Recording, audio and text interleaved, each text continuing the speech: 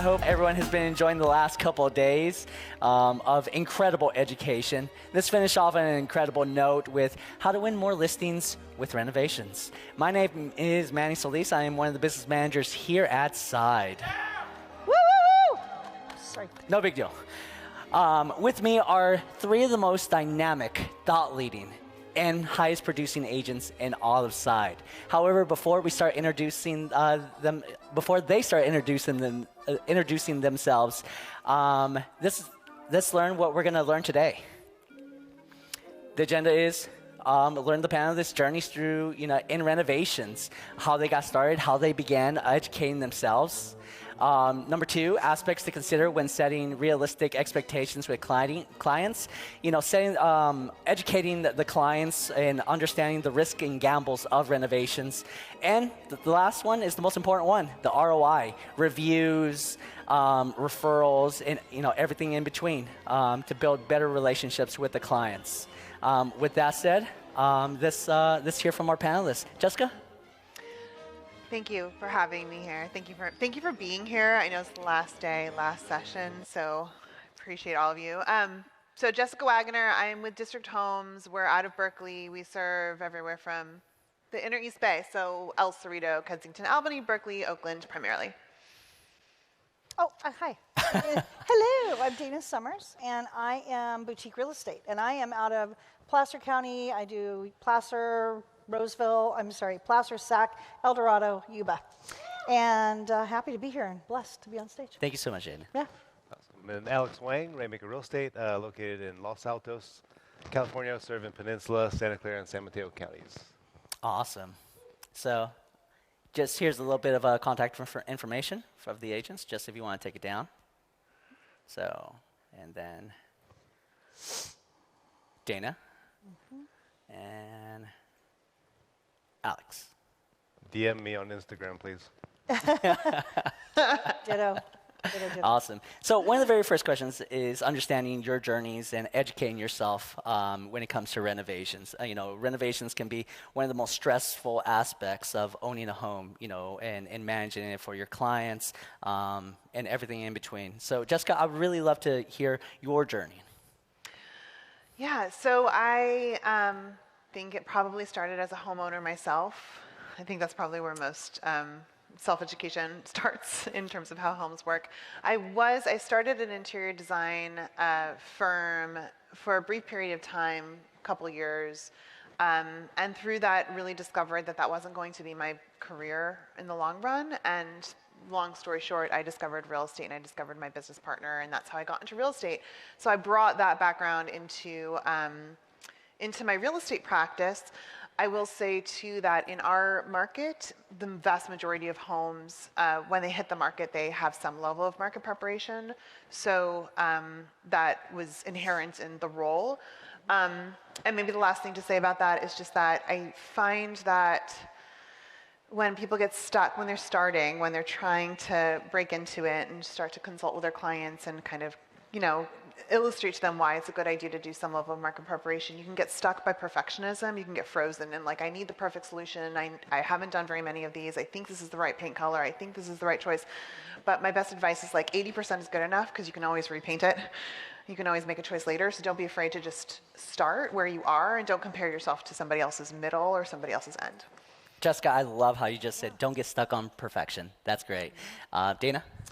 Well, I moved from San Diego, relocated in 1999, right by 2000, and I was in tech forever. So I had no clue about who my neighbors were and the community. So I had to start. One of my first agents I work with is in the room, Cheryl Keller. So she watched me fumble through starting from going through a complete transformation of corporate world to real estate. So I had to find creative ways to do things. And I sold a lot of land initially and then found the flipping business. I fell upon some really great investors and just watched them shine and fell in love with that. But it has since, transformed in our market where we'll talk later about how that really benefits the client and benefits you in the pricing. So the net. Awesome. Thank you for sharing. Yeah. Alex? Yeah, for me, so I started getting into the Palo Alto market, and in order to compete early on in my career, I noticed that They're having a great party. Cheering for us. They have like, And I'm watching the top producers, and a lot of them, their listings were just perfect, pristine, maybe 80% perfect. Right? Yeah. Just, and I wanted to just kind of follow in their footsteps and understand why, how they did it. And I've been doing this for 10 years now, and kind of just organically build a system in terms of how to use renovations to be able to create your beautiful listings and help your clients make it in the easy process. Awesome. Thank you so much, Alex. Can I clarify my comment on the 80% perfect? Of Because course. because you're being perfect. I know I'm actually really detail oriented and kind of a perfectionist. Like when it comes to the lines have to be perfect, but like just to say like just strike out and don't be afraid to just try something. But then when it actually hits the market, things do have to be perfect. I'll just Yes. say. Yeah. Renovations is no different than real estate, and it's all based on relationships. There's a lot of factors in terms of adding value proposition to your clients by aligning them with either a big box company or, doing it through your own general contractors or vendors. Jessica, I'd really love to hear, how you go with that process, with your clients. Yeah, I think so. There are a number of paths to getting done what you want to get done. And I think that the key is really listening much more than trying to push your clients into a path. So the paths there's like a spectrum. They can either do all of their work on their own with their own contractors, and then they really hold all of the liability for their choices. They have to own every single choice.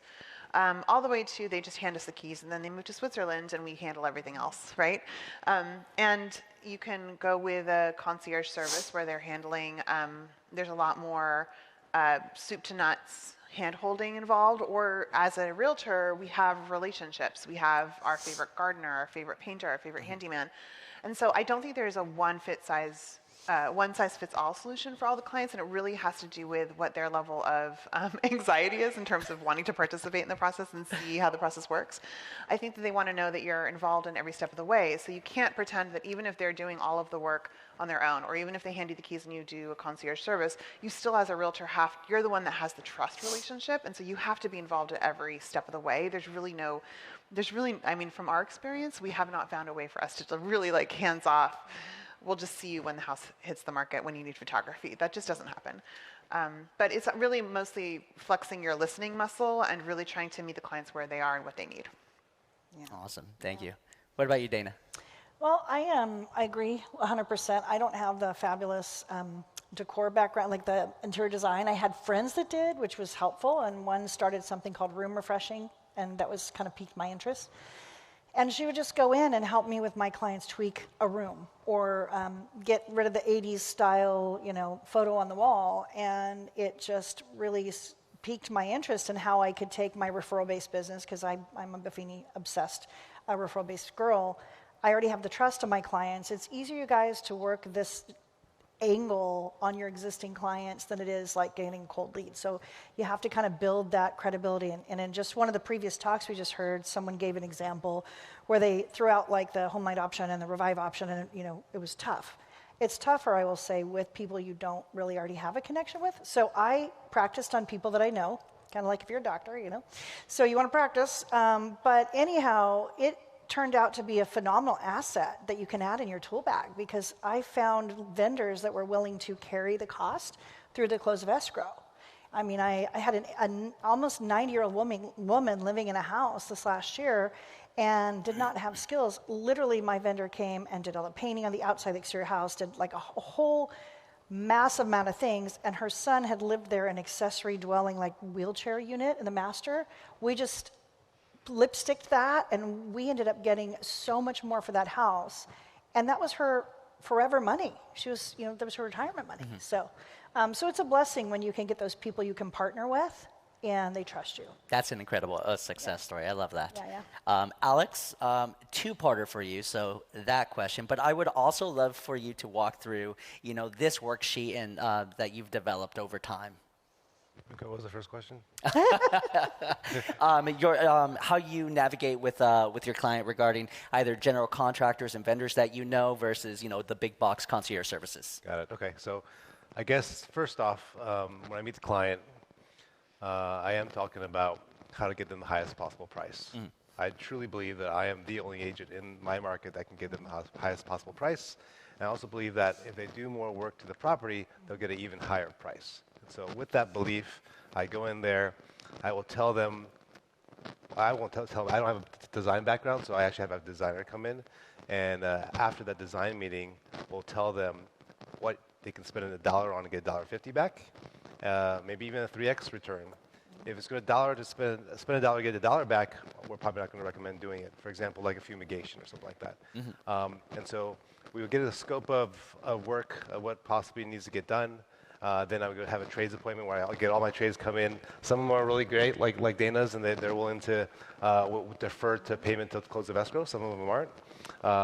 But it's okay because we get a scope of work, get a budget going. Let's say it's 50 grand, and then Rainmaker, my company, funds the loan for the work. And so we open up a bank account, put in 50 grand, and then we start writing checks after the work is being completed.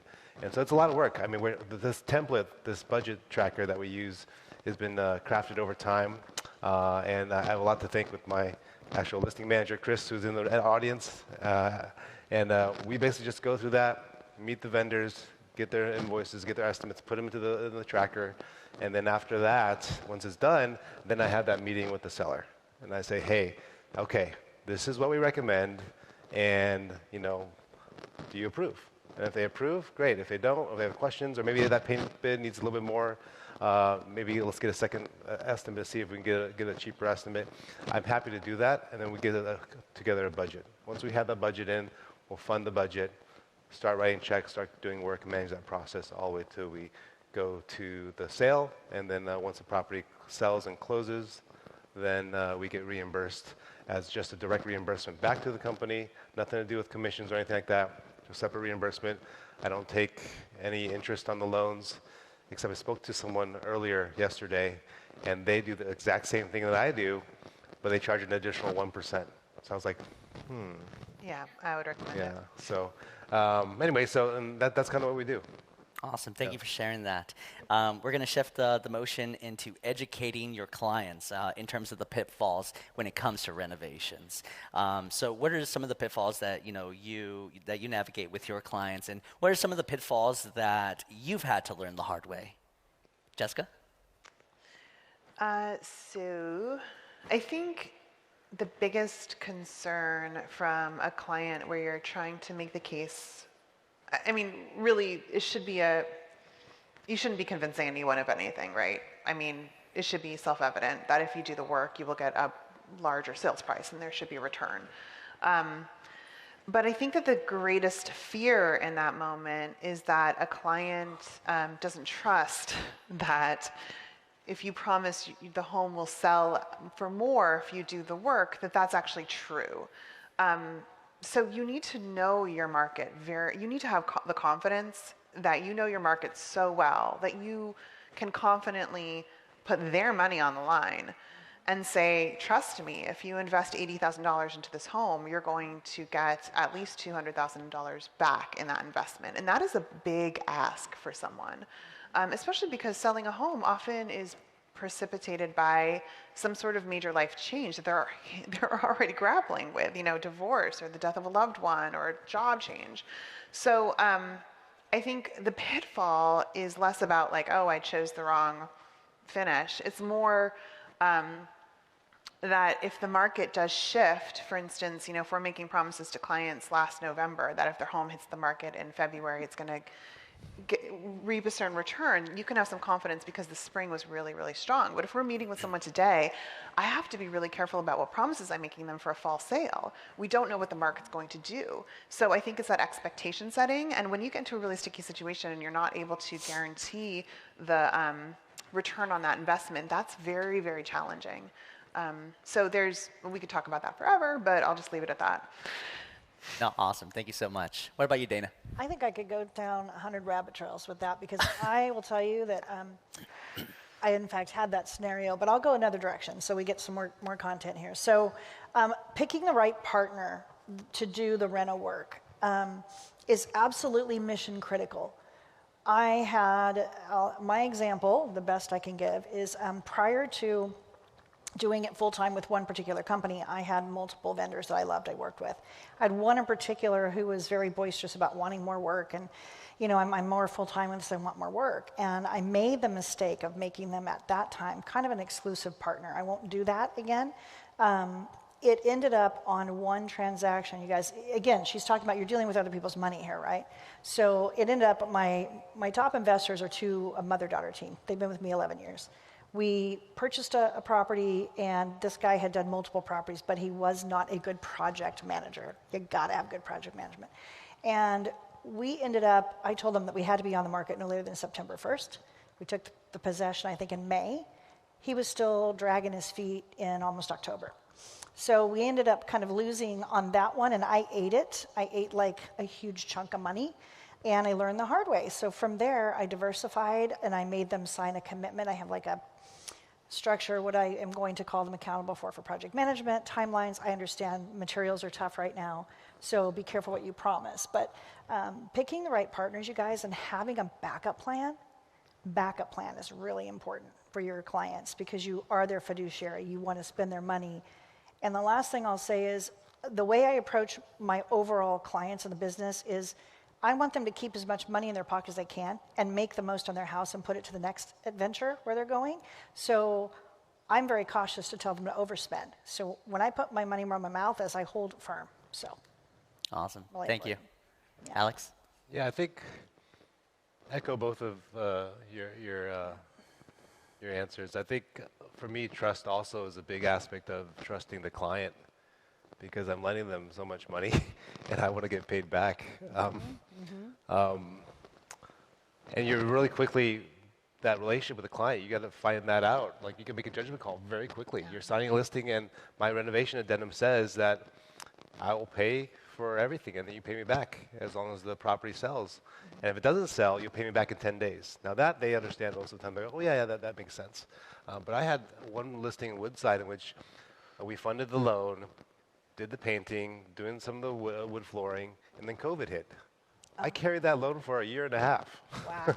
And so, I mean, I think that one thing trust is huge. For pitfalls, I think, at least the way that I'm doing it, and this is really where I would love to hear what other people are doing if they're doing the same thing, is that it's not really scalable.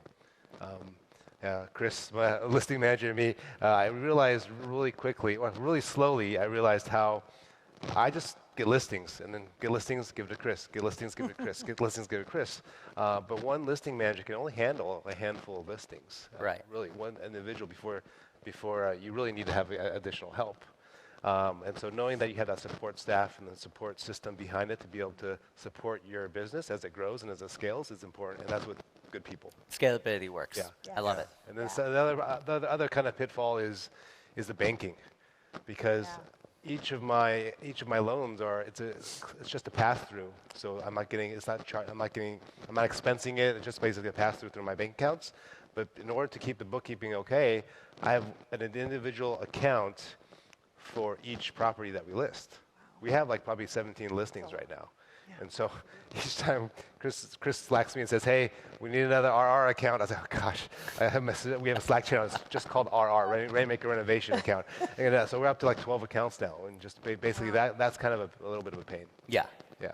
You know, the next question is something that the three of you have already hit on, quite a bit. I'd love for you to go a little bit more in depth with is managing the expectations of your sellers when it comes to the amount of money that they're going to put into the renovation. Say I'm one of your clients and, I want to put $30,000 of renovations into my home. How do you really set my expectation with the misconception of I'm going to get that's going to add $30,000 of value onto the home when I'm trying to sell it? Dana, we'll start with you. So that's where experience comes in. You really have to be willing to walk away from a client that's unrealistic, and sometimes that might be a long-term client. It's just like with an agent that gets overinflated ego. You have to say to yourself, is this going to bed well for me? If they think that getting, instead of renovating a bathroom, that they want to put I don't know, a mural on the wall, for example, something crazy like that's going to give me value, right? And I'm not kidding. I mean, there's crazy things that people think are going to give them value, right? Or tear out a fireplace and put like a wood stove in a residential community rather than a rural community, that is not going to give them more value. It sounds silly, but there are things. So being really legit straight with your clients and saying what you're willing to accept. I mean, I commend Alex immensely because I am a squirrel. If I had 15 different Reno accounts, I would be like crying every day. Which one is it? That's why I trust other companies and vet them all, you guys. Revive, Homelight, all the people out there that have companies that do it for a living rather than mom and pop guy that does it, which is what I had the problem with. It was not successful. So you want to trust the people that have their own business. So you're going to pick different situations. When you have one project, you've got 10 different contractors, and then you got to manage it. Or you pick someone that has a project manager like Revive, where they can handle it. So just be the person that's vetting it for your clients so you do get the 5-star review. My mistake with that one contractor cost me 5 clients for my team. My clients I don't do like the Zillow. I don't do that. They're all warm. So when I lose one, that could be like 5 to 10 transactions that I'm losing. So I quantify that even with my team, and I explain it to my team, not my clients, of course. If I lose that one, that could be up to $500,000 that comes out of my pocket over 2 years that I'm not going to get. So it's just being real about it. I love that. Yeah. Jessica? So I think that it's really important to remember that our job is to advise our clients and their job is to make the decisions. And so if we're doing our job right, we're telling them all of the benefits and all of the drawbacks to their decisions to the best of our ability and to the best of our experience. And so if, we had a client not long ago, just a couple months ago, because they found about $1,200 of dry rot in a large deck in the back of the house, they decided to tear the entire deck out and rebuild it. And my advice to them was that that was not the smartest use of their resources and that no buyer in their right mind would care that there's $1,200 of dry rot. Doesn't matter what I said. They wanted to do it and they could just own that. They weren't going to get a return on that investment. It's also my job to be clear with them that if they don't do what I say, they're probably going to sacrifice some of their sales price. I'm confident about that. They get to decide. So another angle, just to answer your question, is with the experience that you're speaking to, Dana, if I know that, if I'm confident that an interior paint job on a house is going to be $7,000, in my initial high-level estimate of budget, I'll pad it. So almost everything's padded, like 10 or 15%, and then I put a contingency line in there, and I say, just throw 10% contingency in there that we won't use unless we need it.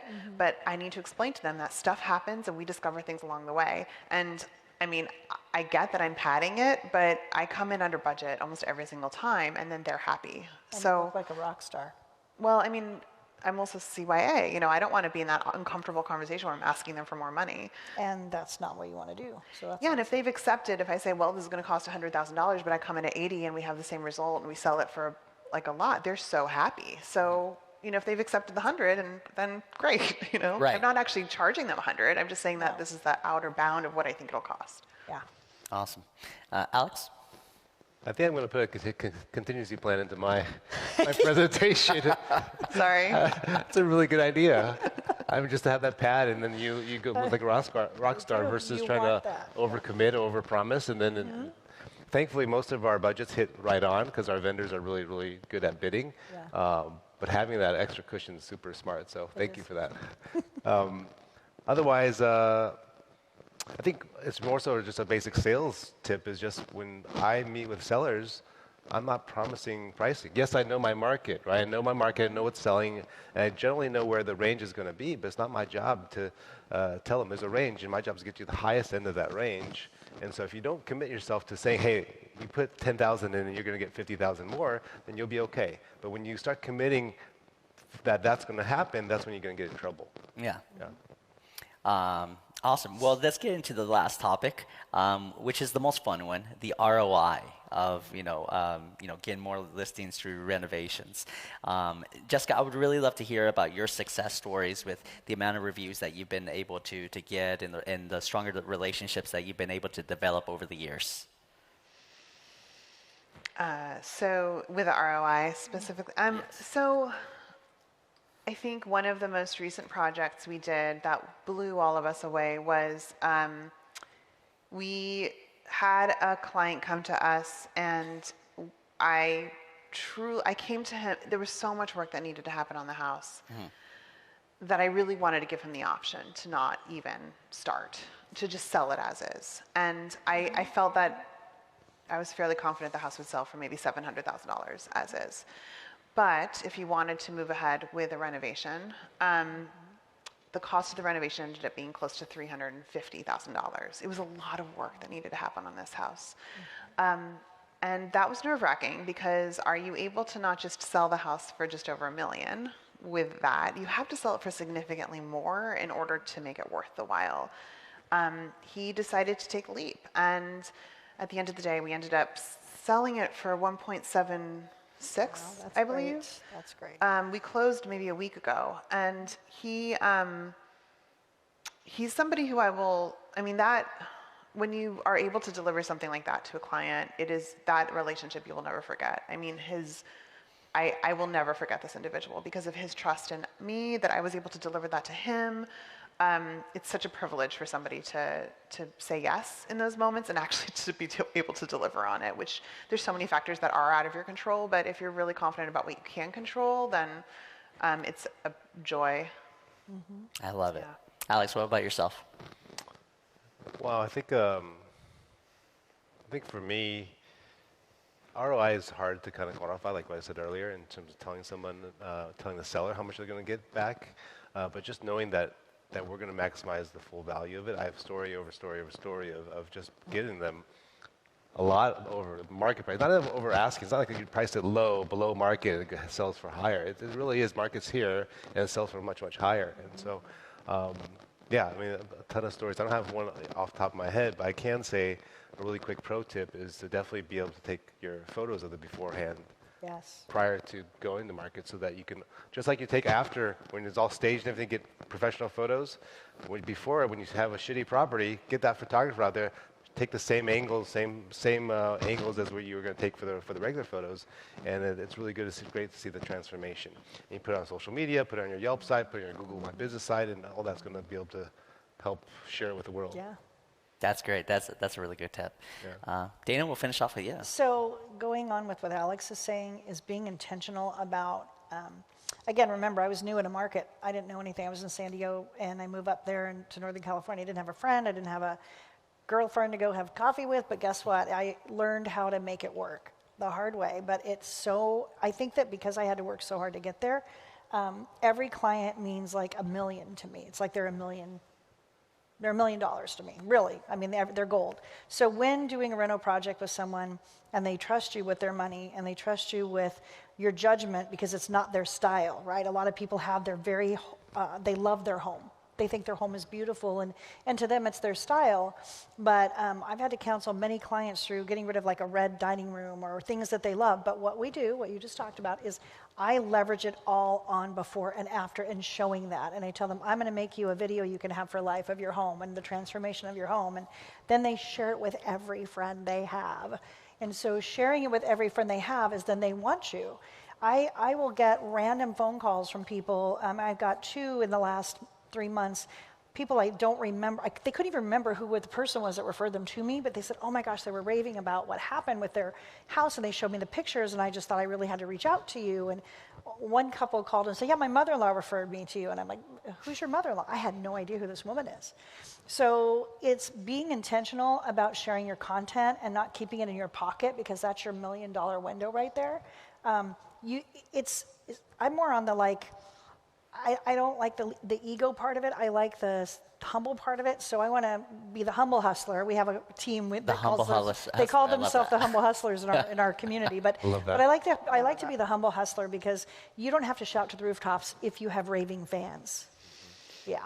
So I'm gonna give you a round of applause on that one.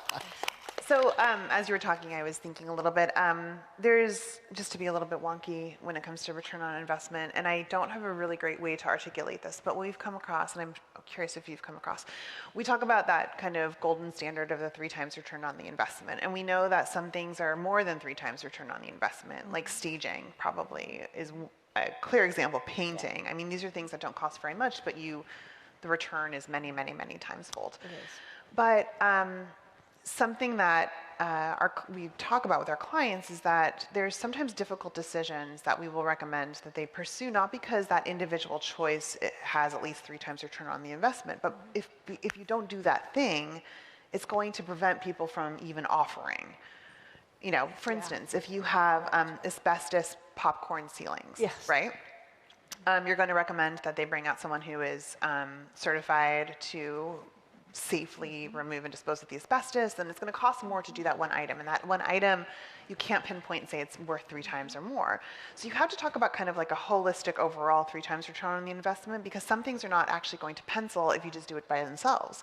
But then if you don't do that thing, that you're not going to get the 5 times return on the staging. I mean, staging a house with a red dining room, it doesn't matter what amazing staging you put into it, it's still a red dining room. So it's really this, you know, you have to have the ability to look at the whole picture. Sometimes when we have clients bring us in for a listing presentation, the first thing they do is they say, well, what would you do to this room? What would you do to that room?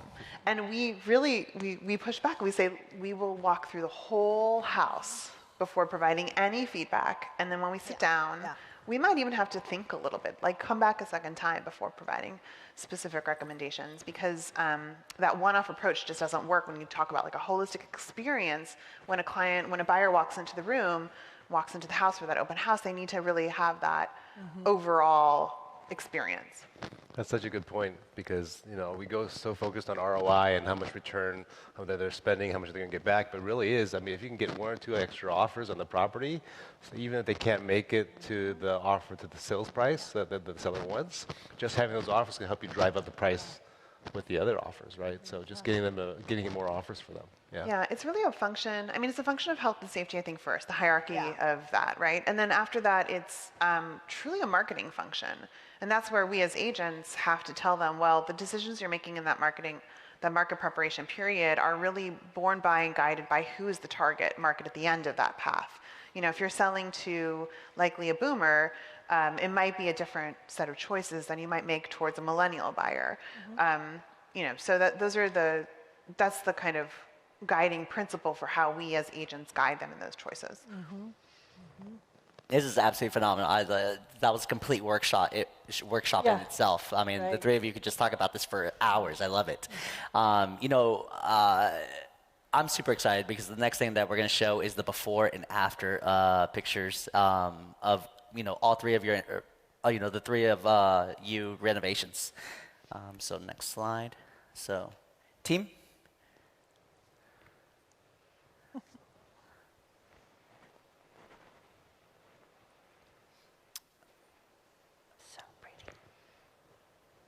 Is the sound on?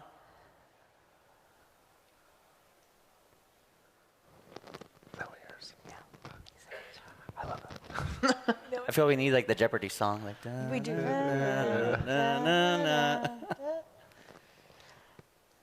Okay, man. Manny can tell a joke. Oh, there it goes. Wow.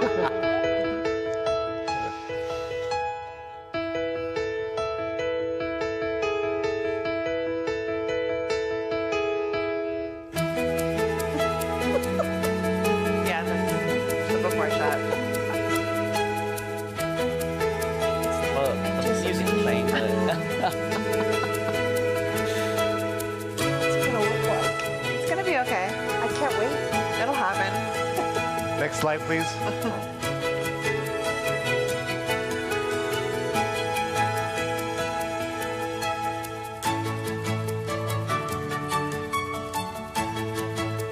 And it sold for $20 million.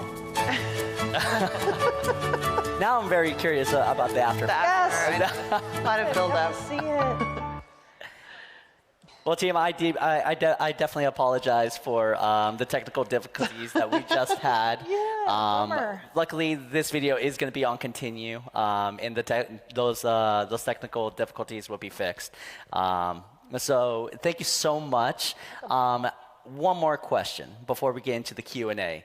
And the question is, what is one gold nugget that you want people to take away from here? Dana, we'll start with you. All right. Gosh, this is a tough one because there's so many, but here's the thing. The client is the decision maker, but you have to be in a trustworthy position where they're going to give you the go to do whatever you feel is necessary to get them where they need to be, because they don't know where they need to be. They might think they do, because every time you have a baby or buy a house or whatever, everyone knows how to do it better, right? Everybody does. But you have to be in that position where you proposition enough, bring enough value to the table that you are their one choice, and they trust everything you're doing. I trust you. You take care of it. But then you got to perform. Awesome. So. I love that. Yeah. Alex? I think treat your vendor partners well. Yes. I think that's really important. I think I I love tell sellers, my vendor will show up on time, they'll do good work, they won't overcharge, and they'll come back and fix things. Yes, you too. and they'll come back and fix things if they mess up something up. I mean, try to do that if you just want to get your a plumbing repair in your house, right? By finding a plumber online. It's not going to happen, especially nowadays. So the minimum standards of professionalism. I love it. Yeah. Yeah. And Jessica? Just to tag on, I completely agree with the trust. That's huge. It's huge. We bonus our vendors who we want to retain. Wow. We have gotten to the point where our volume is such that they almost primarily work for us alone, because they don't have to spend anything on marketing. We basically manage their schedules. I mean, no money passes through us, but we really value them. Top tip, Amazon has a lot of really good stuff that's not very expensive. It can come within a couple days. And so if you are trying to buy light fixtures or stuff like that, I actually do lean on Amazon. Yeah, I'm sure there's lots of gold nuggets, but I wanted to be very practical. Jessica, do you bonus them once a year or per project, or how does that work? We have been bonusing them either mid-year and end, or last year we just did it at the end. But yeah. I love That's that. genius. That's genius. Yeah. Awesome. Well, we have about 8 more minutes left, so love to open up the stage, towards all y'all for Q&A. I'm so far from my chair, I'll start. You said that you organize it with the vendors to come and give their estimates. How deep do you go in once they give the estimates? Are you helping with every step of the renovation of the houses, or do you sort of give your client because right now I help clients do it, but I'm the one who ends up being the contractor for them, and I just don't have the time anymore. So do you contract that out? Who handles that once they give the approval? I think we all do a little different. So, Go ahead. so I try to not be the project manager, but I do use Slack with my team to keep track of their project. So that's why I've gone to some of these great companies, Revive and some of the others, that will manage it all for me. It depends on the personality of that client. If you have a client that's super needy and very wanting to be involved and pushy, you want to back yourself out of that and let a professional company handle it. Or you're going to be on the phone 24/7, and they're going to see it half demoed and go, oh my God. So it depends on the client, really. And find, if you're going to do these intentionally more than a couple of times a year, like to the level he's doing, like 12 at a time, then I would hire someone, because like she's saying, the bonusing is a genius. I'm going to take that golden nugget, because keeping good vendors is tough, but keeping clients happy during a project is kind of a mess, and you don't need that mess when you already have enough in real estate and coaching and running your business. So. Yeah, I think for my team, we definitely quarterback the entire process. As I mentioned, we have a listing manager who kind of manages some of the projects, and he's the one that builds a relationship with the trades. And then we have obviously support staff to help on the administrative side. But it is definitely all Rainmaker all the time, and so because of that, we charge a good fee, and it's higher than most people in the area, but we do a lot of work to earn that fee. It's good.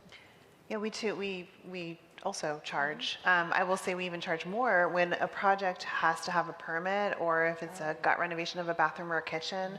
We have to really balance how many of those we take on, but we will charge more for that. So we'll charge like an extra 0.5% per room, for instance. That's what I was going to ask, is how much you charge. Yeah, so we've done that, and I think it's well worth everyone's effort. I mean, there are houses where we're charging a 7.5% commission, but it's because we're really managing a lot more scope.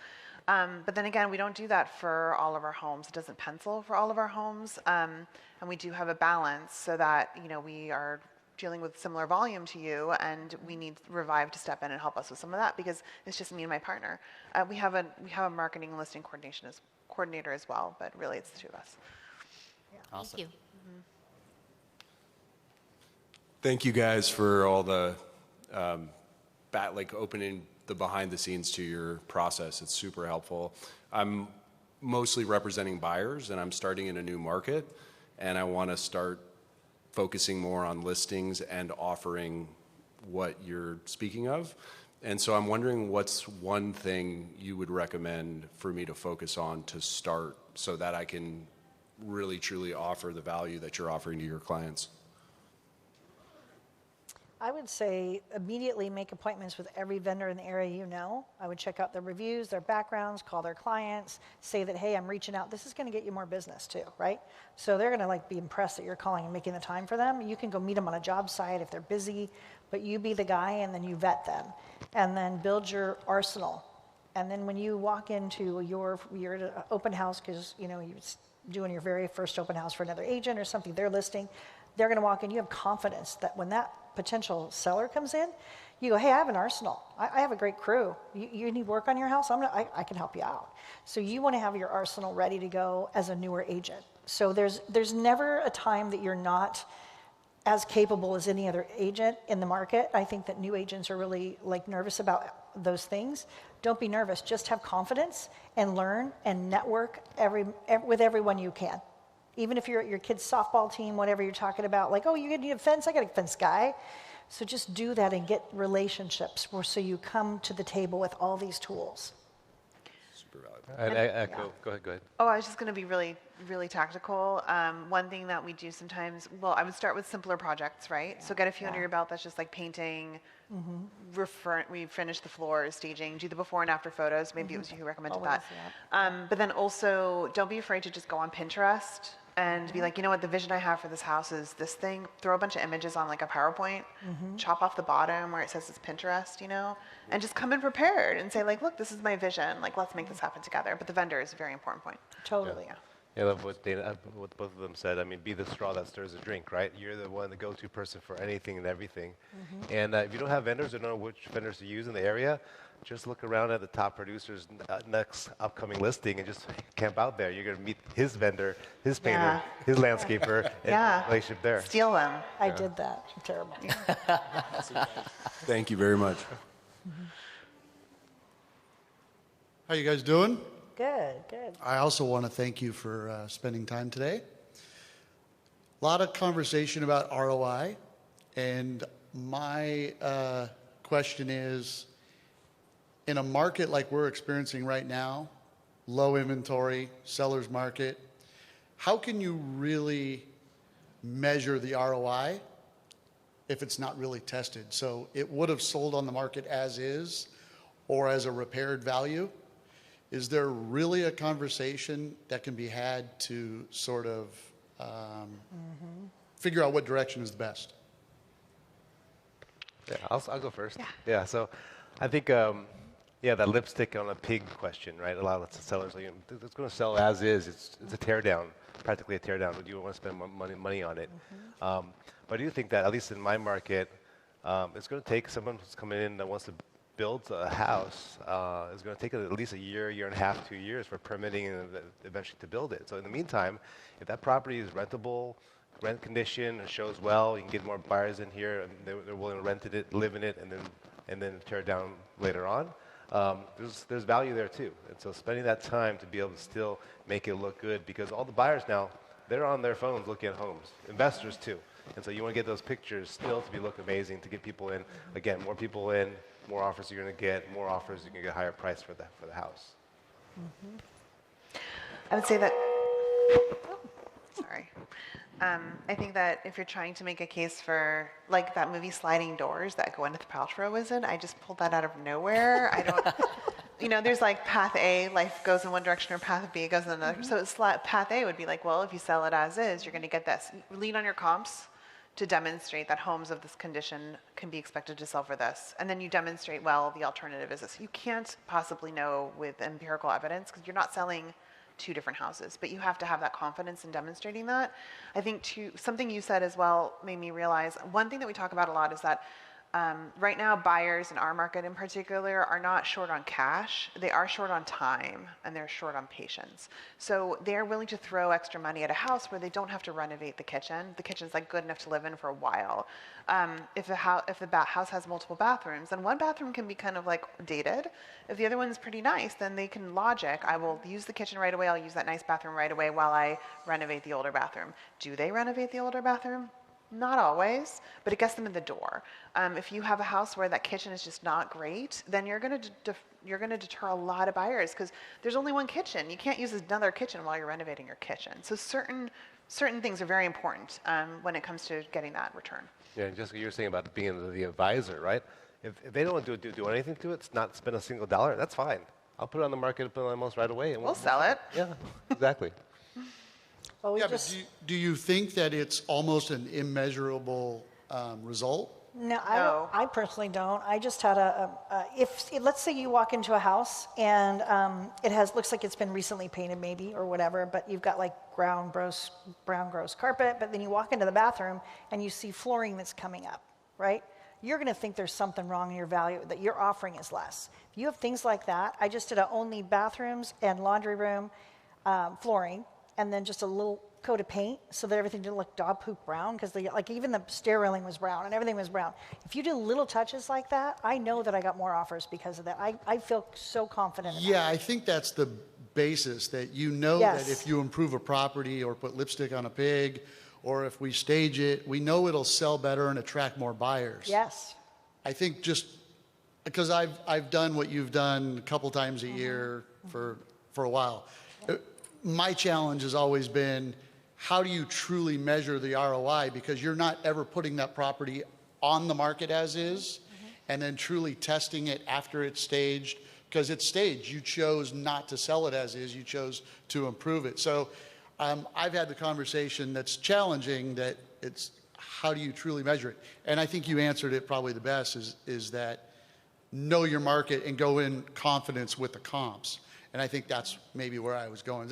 Yeah. I definitely understand the concept that it needs to look better to sell and attract more buyers. No doubt about it. I think to add on to that, when you go into the meeting with the seller, the seller's going to ask you for a price. Forget about all this renovation stuff. Yeah, They want the price of their house. What will my house sell for in this market? I don't give a price. Good for you, me either. Yeah, I don't give a price. If you tell them a price and it doesn't sell for that price, what happens? Well, you're dead. You're They're going to point the finger at you. And same thing with the renovations. It's the same thing. Yeah. Thank you. Awesome. Team, I know we're out of time. right. So, Some more questions. oh, yeah, I was. That's what I was going to ask. Yeah, Is it okay if Yeah, that's fine. we Going home get tomorrow. the last two individuals? Yeah. Awesome. I promise I'll be quick. Thank No you worries. guys for your time and for sharing everything. My name's Rachel, and I'm a full-time listing manager at Rise Homes. We're a brokerage located in San Mateo, but we mainly service up and down the peninsula, San Francisco, a little bit South Bay and East Bay, but mainly the peninsula and San Francisco. And any of you can answer this, but my question is primarily to Alex, because we have sounds like very similar models and structure things very similarly, where we're very listing heavy. A lot of our business comes from probate, so of course a lot of deferred maintenance that we want to fix up before selling. And my question is really, how do you ensure that you get paid back at the close of escrow? Because do you include that in your listing agreement? Do you have a separate agreement for that or addendum? Because we've had issues before where a seller doesn't want to accept an offer and they have 20 on the table, but none are good enough for them. So of course, then the escrow doesn't close and the money's still in the air. So if you could share if you've had any experience navigating that. Yes, we have an RRA, Rainmaker Renovation Addendum, that's on the back of pretty much, we sold 44 listings last year, and 95% of them have renovation addendums. And it basically just states that they authorize us to order the work and schedule the work and all that, and then they'll pay us back from the proceeds of the sale. If it doesn't sell, then within 10 days they need to reimburse us for the costs. Okay. And happy to share that with you as well. Is there I'd a love lien to that see goes on the that. property when you do that? Is that? Do you do a lien on the property if they somehow fall in that category? I haven't gotten there yet. Oh, okay. I was like, wait a minute, Yeah. a lien? Do you mind sharing a little bit more on the 10-day rule also? Is that like 10 days after listing expiration, or like when does that 10-day period start? After the listing's canceled. Okay. Yeah. Perfect. Cool. Thank you for sharing. Awesome. Yeah, good thought. Hello, hello. Thank you for the information. My name is Adrian with Diamond Realty. We're in Ventura County here in California. I got two simple questions for you. Do you tend to sell your homes furnished? And the other question is, what has been your opinion or experience with 3D staging? I don't like 3D. I'm just sorry. That's like a thorn in my side. I really, sorry. It is really hard when you have a client who walks into the house and now the room visually is not the same, or some of these companies that are plopping a pool in the backyard when there's no pool. I think that it causes, now I do not, if you do it, I love it, you do you, boo, but that's just not for me, because honestly, I like the no drama transaction, and if you can get one, you're lucky, like one a year, 2 a year.